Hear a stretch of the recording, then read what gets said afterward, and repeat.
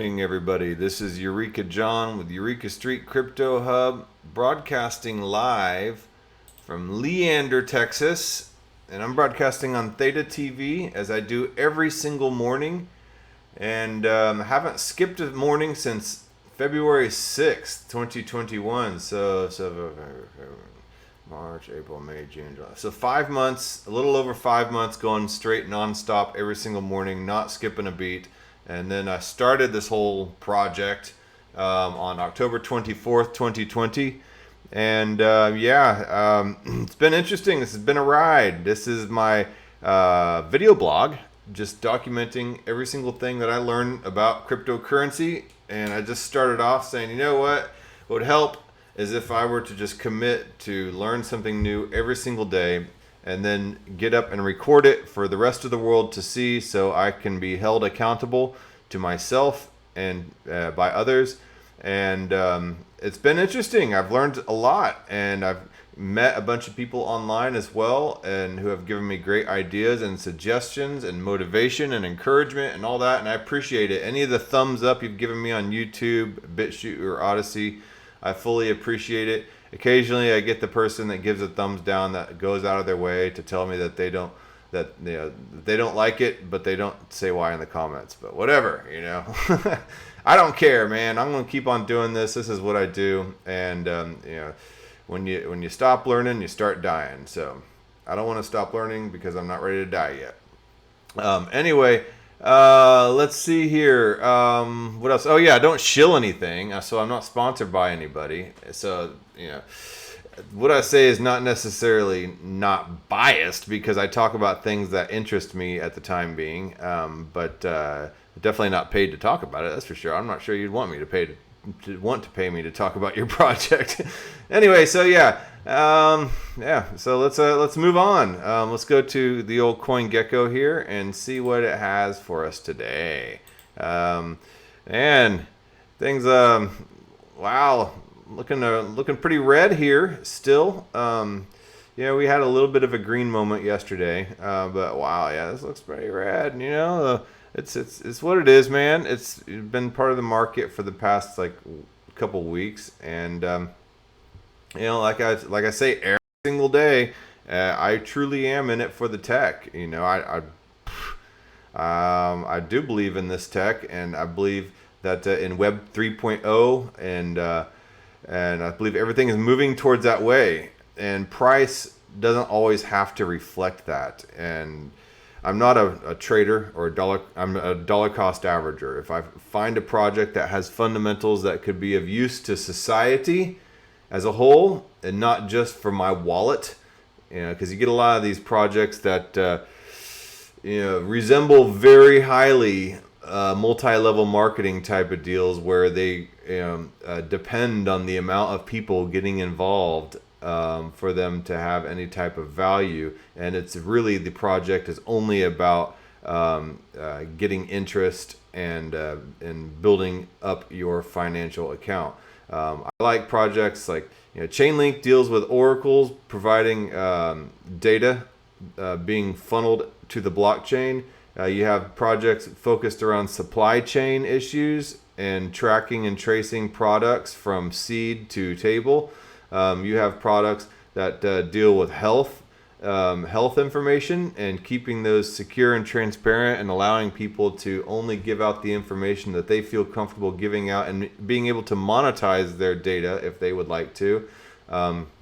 You have all types of projects that are being used for really good things. You have Theta TV that I'm broadcasting on, and it basically breaks down the bottlenecks that happen in content delivery networks by allowing everybody to easily put nodes on their computer to share their bandwidth back and forth, and to create decentralized bandwidth sharing in media. But Theta Network does a lot more than that. You can build smart contracts on it.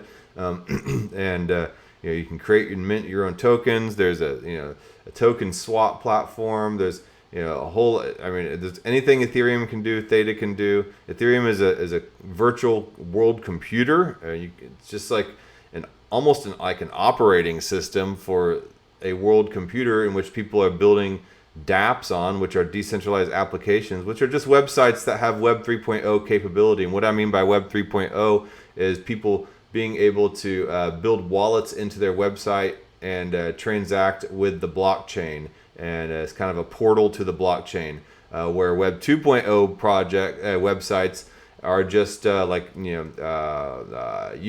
and Facebook that have a database backend that you can interact with and change the website from a user perspective real time. And then there's Web 1.0, which was the very beginnings of it, which is basically just a splash page for your business or your blog or whatever like that. And it just tells basic one-sided information, and it doesn't have user interaction. So I kind of went backwards on that. So you start out with the original internet, and you just had a splash page for a business, about some photos and then some text and then the address, and that's it.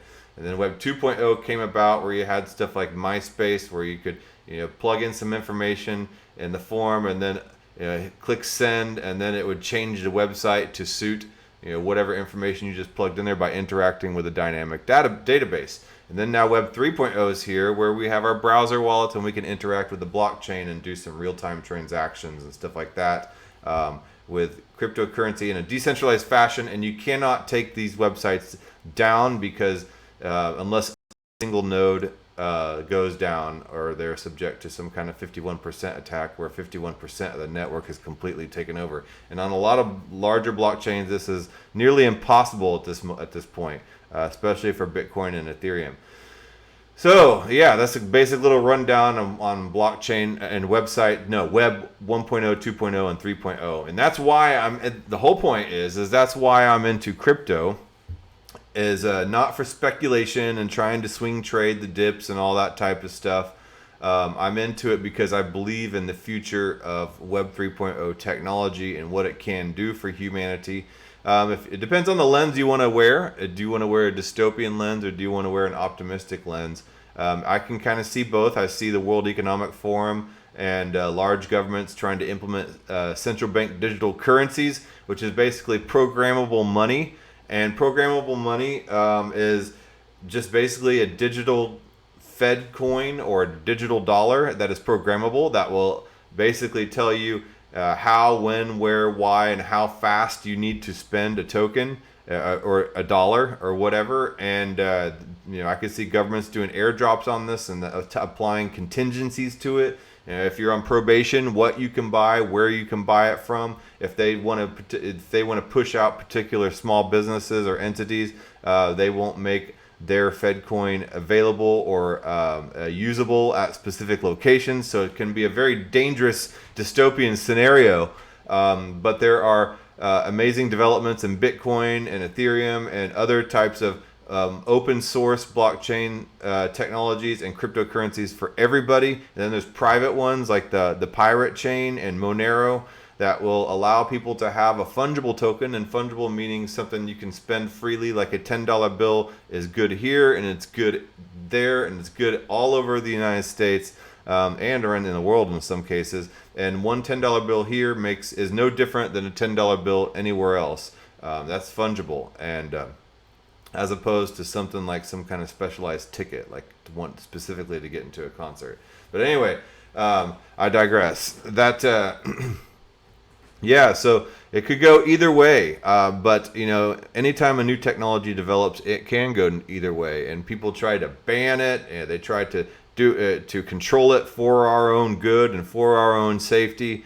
And that is the beauty of science and innovation. It is our job as responsible citizens to continue to develop technology to counteract the bad actors when a new technology develops. Because when a new technology develops, a lot of times it's done idealistically for good, but then bad actors take control of it, and which a lot of bad actors have by using cryptocurrency and Bitcoin for things like ransomware and extortion and things like that, blackmail, smuggling, money laundering, and everything like that. But then you as a society, you also have to, the people will always keep up in the race if you allow them the freedom to, and develop technology to counteract those things. And so any technology has its bad and good uses. I mean, look, the United States dropped a nuclear an atomic bomb on 2 cities in the mid-century here, early.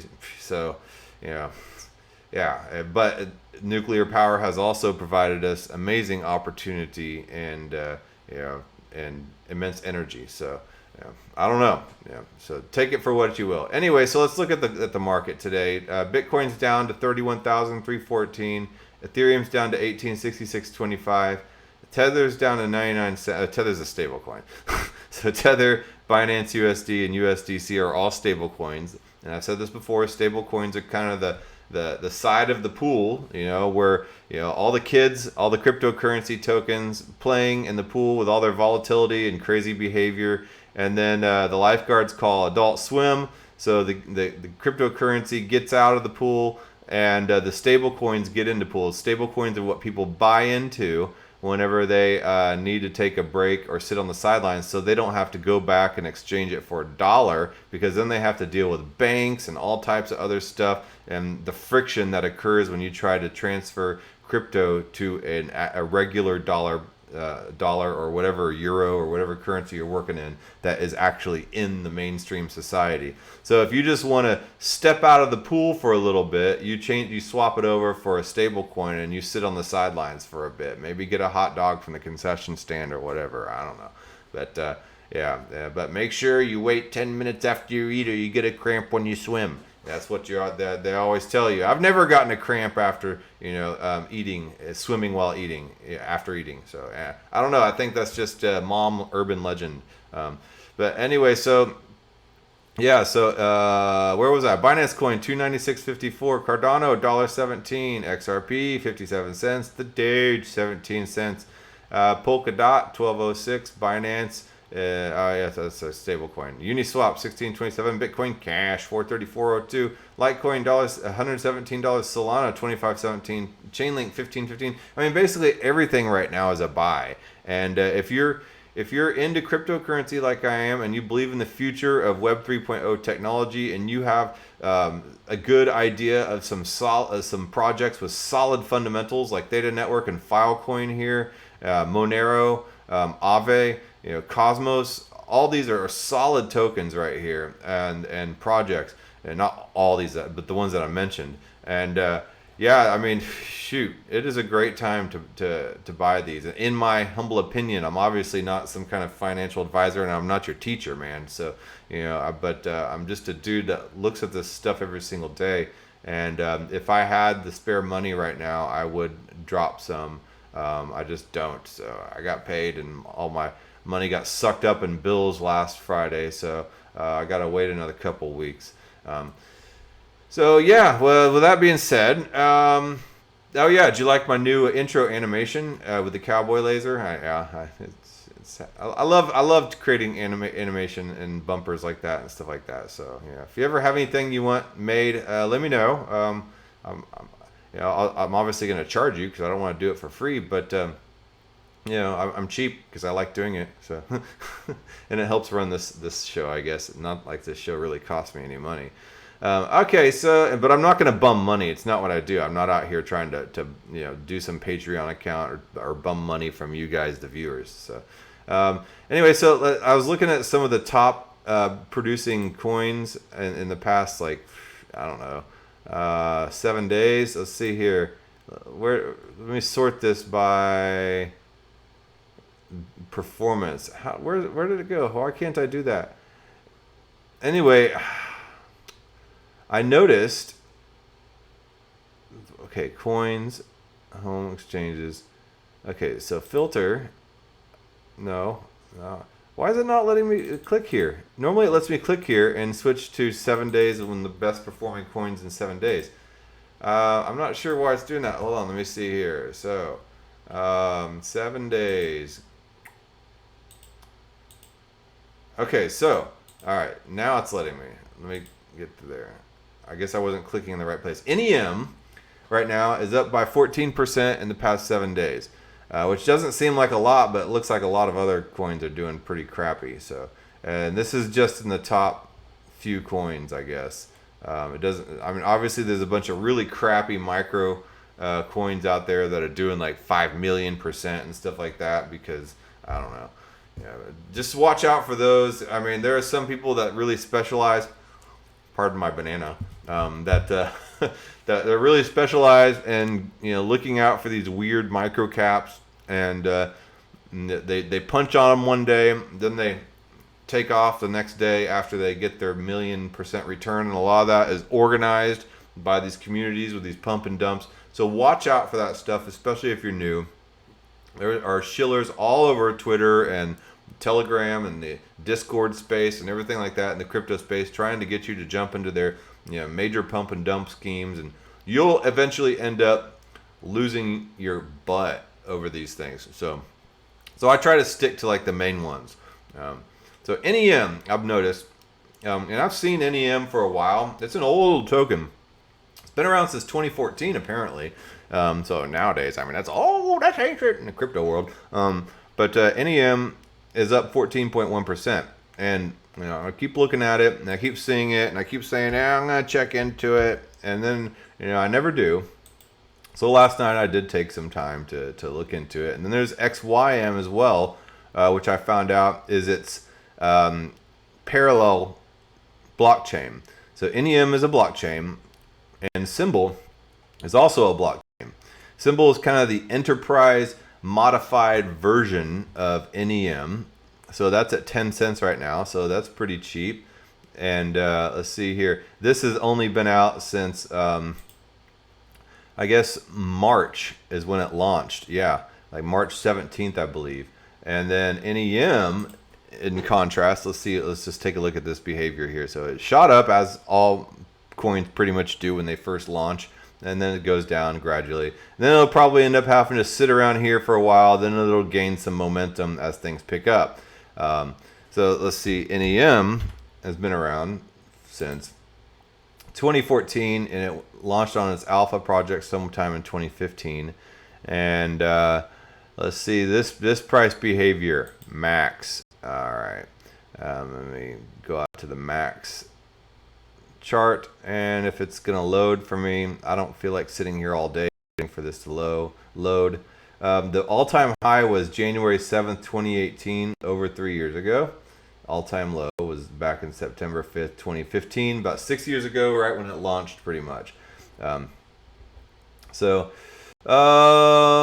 Market cap, let's see here. Where's the supply? Trading volume is 238 million.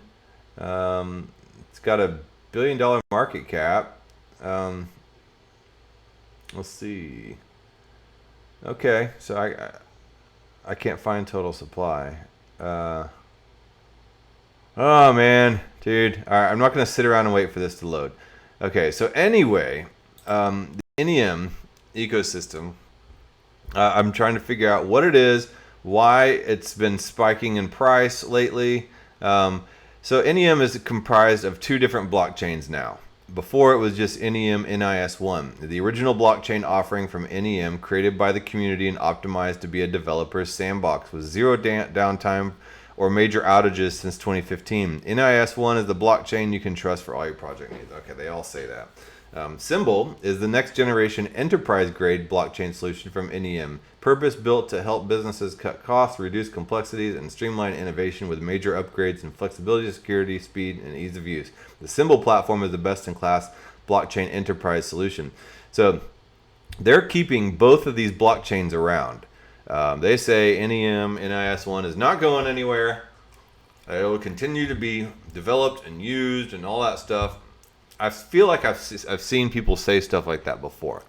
So NEM multi-sig accounts, multi-level, multi-sig accounts. Okay, multi-sig means many people, more than two people or three, more than one person can have the keys to a wallet to access it. So when decisions are made, they're not just made unilaterally by one person. A lot of times it takes two of the three, three of the five, four of the seven people in order to open and make decisions on that wallet on multi-sig accounts. So it's like if the president, had a multi-sig account on the nuclear bombs, if he just, wakes up one day in a bad mood and decides to just, nuke Russia, and he can't do that because he's on a multi-sig account, so, which is good. So if you're running a business with partners, then you can make sure that one person doesn't just run off with the money. And so there's account restrictions. Symbol has that. Mosaic restrictions. Not really sure what that is. Symbol has cross-chain transactions.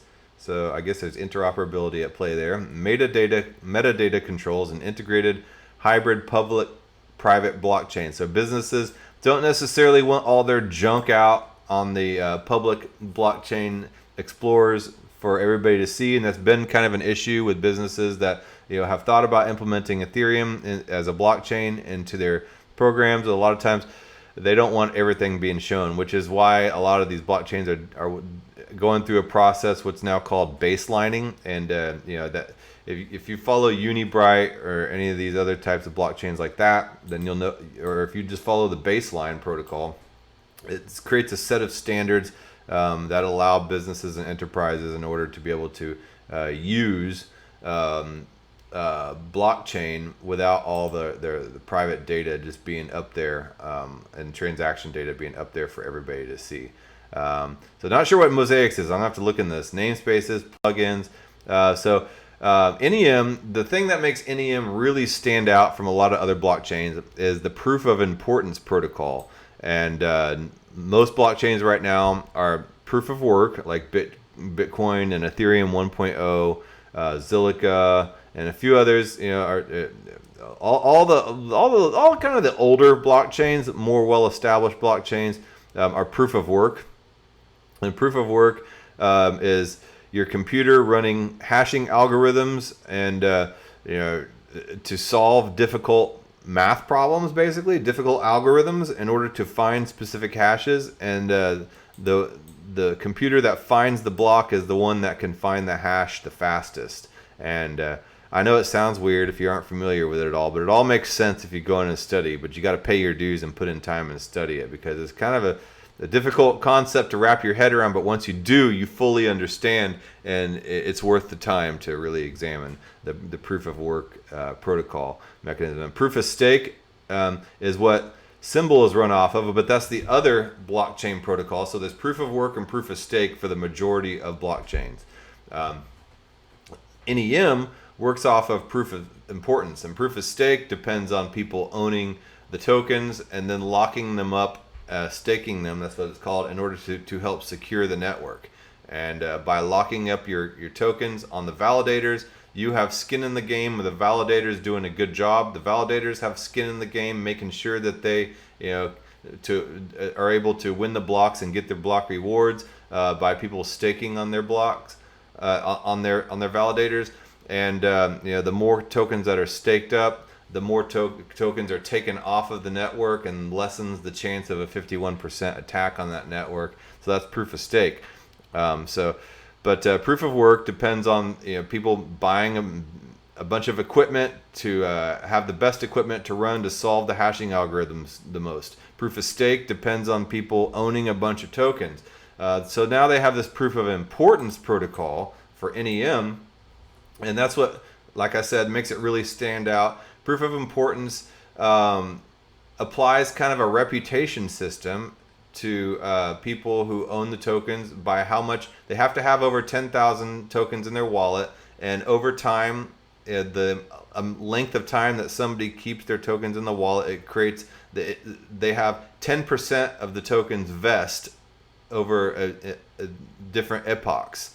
And once they're fully vested, then they start earning rewards by how long they keep, by percentages of the transactions and how long they keep their tokens in the wallet. And then also how many transactions they do also increases their rewards by, so it's based on not necessarily them locking up tokens, but them actually using the system as well. So it incentivizes people to use the system. The problem with proof of stake is a lot of times people aren't incentivized to use the system because they just want to keep their tokens locked up.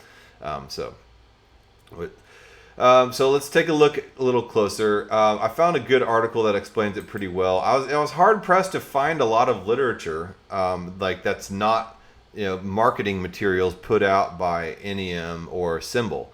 And Symbol is a brand new chain that just branched off from NEM. And as you can see here, let me find this NEM platform. There's a little diagram. All right, come on now. Okay, so there's the NEM wallet. There's a browser wallet, and it's on iOS and Android. All right, so there's a developer sandbox. All right, let me get to the right page. I want to show you this graph where it shows you. Okay, here we go. The symbol launched the process. The technology stack between NIS1, which is the original NEM blockchain with proof of influence, and Symbol is not compatible. So think about Ethereum 1.0 and 2.0. Ethereum 1.0 is proof of work and is branching off and creating Ethereum 2.0 as proof of stake. They call that the merge, but this is kind of the opposite. They're not compatible. Thus, Symbol Chain will be introduced in parallel with NIS1 in order to give XEM holders agency through the migration. The token allocation of XYM tokens, the Symbol tokens, will be determined by an opt-in process. By opting in, holders will obtain an XYM balance equal to that or XEM balance at the time of the snapshot, a predetermined moment when everyone's XEM balance across the NEM blockchain will be recorded. Kind of reminds me of what XRP did with Flare, even though I still have yet to see my Flare airdrop. Last December 12th, they took a snapshot of everybody's XRP wallets and determined the amount of Flare token that people would be getting. I still have yet to see those Flare tokens show up in my wallet, but whenever that project gets off the bat. But that apparently is what they did here with all the people that held NEM. They took a snapshot of their wallets, and then they've been airdropping the Symbol token starting March 15th, 2021, and are loading everybody's wallets up with the Symbol token to get them moving forward, and creating amazing things with the Symbol token. Now, let's go back over. Oh, and the reason I think a lot of this price action has occurred is because the launch of Symbol, the new enterprise grade blockchain, and also it appears that this blog post here on Twitter, not blog post, but this Twitter post here kind of shows some activity. PeerSys technology, coding the future of blockchain with NEM and Symbol. We build software to help users, companies, and organizations take advantage of blockchain technology. So anybody who wants to implement blockchain technology into their companies, whether it's supply chain or anything, whatever, this company assists in that. So here's all the associated accounts. They're getting, it appears to be they're getting a lot of gaining traction in South America. So after years of work, tech consolidation, and especially thanks to Pedro Gutierrez, the government of Colombia has opened a space to work with Symbol for its public entities through Ministerio TIC, carried by PeerSys. So they're working with the government of Colombia. El gobierno de Colombia, a través del Ministerio TIC, lanzará hoy el primer espacio de experimentación blockchain, donde PeerSys será aliado estratégico en la implementación de varios proyectos usando la nuestra tecnología Symbol. Únete por Facebook. Okay, so basically it says the government of Colombia and the a través del Ministerio Lanzara will reach today in the first. The government of Colombia is going to do the first experimentation of blockchain where PeerSys will be strategically allied with the implementation of various projects using their technology Symbol. So basically, Colombia is going to be using Symbol. So I need to exercise my Spanish a little more. I think I speak pretty well Spanish, but I'm pretty good Spanish, but obviously I did not demonstrate that here. So let's see here. Yeah. All right, so government of Colombia is going to use it for all their public services. So that's a pretty big step for the implementation of a government to take one of these blockchain technologies and use them. Obviously, we've been seeing, El Salvador with Bitcoin, Paraguay implementing Bitcoin in the future here. Argentina's been talking about it, throwing it up and around. Panama's been talking about it. So yeah, we'll see what happens. And now Colombia is going to be using NEM. So. All right. Not as their currency, but for their public works and their, so let's see here. So proof of influence. Let's go take a look at this a little closer. What is NEM? NEM involved in March 2015 as a fork-out version of NXT, another popular blockchain-based virtual currency and payment network platform. So let's see here. Yeah, the founders were anonymous, and so there were 3 founders, and then now they have this whole NEM company and this foundation. With an entire team of people. So as you can see up here, where are you at here? Let's see, about. Right here. Where is the team? Okay, a leadership team right here. So they have an entire leadership team that is no longer anonymous. So you have a CEO, a CFO, COO, CIO, so yeah, I mean, CC, chief, everything. So you have faces to connect to this project and to hold accountable in case you think something totally sucks. So anyway, back to this Investopedia article. Nope, that's a decrypt chain. Okay. All right. So, other cryptocurrencies. Okay, NEM aims to build a better blockchain, and it tries to achieve that by using 2 key concepts: proof of importance, not influence, and harvesting. Other cryptocurrency networks like Bitcoin use proof of work or proof of stake, which require a mining device to work for the blockchain. Proof of work, the miners with the higher computing processing power have undue advantage over those with less powerful machines. Additionally, proof of work leads to more power consumption, making the energy process inefficient. In a proof of stake, coin hoarders have the undue advantage, as the participants with more coins have higher chances of getting more coins through mining and transaction processing. It also promotes crypto coin saving instead of crypto coin spending, because the Federal Reserve tries to definitely get us to stimulate the economy by spending money. They like it when we spend our money. But anyway, yes, when you do spend your money, it does stimulate the economy. So NEM addresses this issue using its proof of importance mechanism, as it gives more importance to how much one is invested into the NEM system with realistic vested interest. The XEM coins in the wallet and the holding period plays a key role in gauging the importance. One needs to hold 10,000 vested XEMs in one wallet to qualify for generating and earning new blocks for earning various transaction fees. So you don't really have to run a node. You can run a super node, but all you have to do is just keep these coins in your wallet, and then you will end up, in a way, earning transaction fees just by keeping these in your wallet. And so let's say, for example, Martin gets 20,000 XEMs in his wallet today. With each passing day, NEM mechanisms allocates 10% of holdings as vested. After day 1, 2,000 XEMs of Martin's holdings will be vested, leaving 18,000 non-vested XEM tokens. On day 2, 10% of 18,000 will further qualify as vested, taking the total vested XEMs to 3,800 and so on. On the 7th day, the vested XEMs will cross the threshold of 10,000, which will qualify Martin to seek blockchain rewards.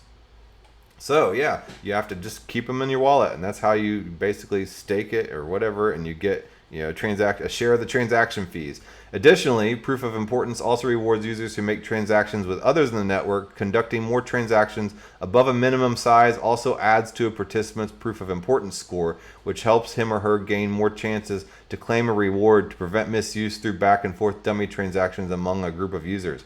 NEM considers the net transaction amount for improving POI score.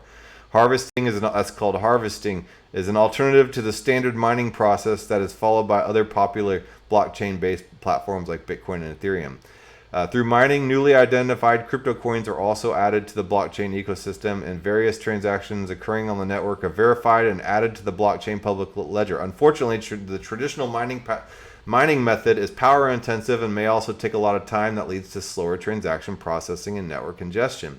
NEM's harvesting approach works differently. Instead of each miner contributing its mining power in a cumulative manner to a computing node, a harvesting participant simply links his account to an existing supernode and it uses that account's computing power to complete blocks on his behalf. Essentially, one lends his proof of importance score to the supernode that increases the chance of block harvesting jointly without there being any need for increasing the processing power. As soon as the transaction occurs on the NEM's blockchain, the first node or computer that catches and verifies it notifies other users, which creates a propelling wave of information, increasing the chances of block generation. A participant's mining device or computer needs not to be running to perform the harvesting process. You just have to have it in your wallet, and that helps power saving. And so it doesn't contribute like Bitcoin does to all the power issues that people try to trump up. Instead, harvesting is done automatically using a user's wallet. Harvesting needs no special hardware like that required for mining Bitcoin. The NEM uses Eigentrust++, an algorithm that maintains a reputation system for the various nodes on the network. It helps to balance the load on the network and even decide on removing the non-contributing nodes, keeping the network efficient and agile. NEM is capable of handling everything: financial assets, contracts, documents, and a variety of digitized assets. And here's a bunch of use cases from PayPal to supply chain to medical to record keeping. There's a whole lot of different stuff. The bottom line: smart asset blockchain built for performance. NEM's tagline sums it up perfectly for a new age blockchain that has opened up a wide variety of possibilities for building better and improved blockchain systems. So it's pretty interesting, a pretty weird one for sure. Look into it further. I have to get off. I've been rambling on for 36 minutes, and part of that, it didn't help that I just started rambling off on tangents and stuff when I first jumped on the show, and I started talking about just Web 1.0, 2.0, and 3.0. But that's what I do, and that's part of this video blog. And like I said, I'm not your teacher. I'm not here to create some kind of tutorial video. It's not what this is. I will leave it at this. And this is basically just a basic rundown of NEM and Symbol. Now you know what it is, and if you're interested, you know where to dig. I'll put all the links in the video description as well. So you have a good day. Don't take life too seriously. Don't take yourself too seriously, because whenever you do take yourself too seriously, people aren't laughing with you. They're laughing at you. All right. You kids, you have a good day now. You hear? All right. Where is my... Oh, here. I need to put on my outro music. Yeah. I'm still going to keep my reggae music around for those that'll stick around and listen to me ramble on. So even on long shows like this that are going up to 40 minutes long. Sorry, guys. I did not mean for this to be so long. I didn't think I would have anything, honestly, to say really a whole lot about it, because I don't know. But here I am. I will talk to you tomorrow. If my interviewer does not cancel or whatever, then I'm interviewing the CEO of the company that is going to be implementing the Meta Game Hub DAO, which should be an interesting topic about creating investment pools for virtual real estate and NFTs. So we'll see what that looks like tomorrow. All right. Hasta mañana. And later.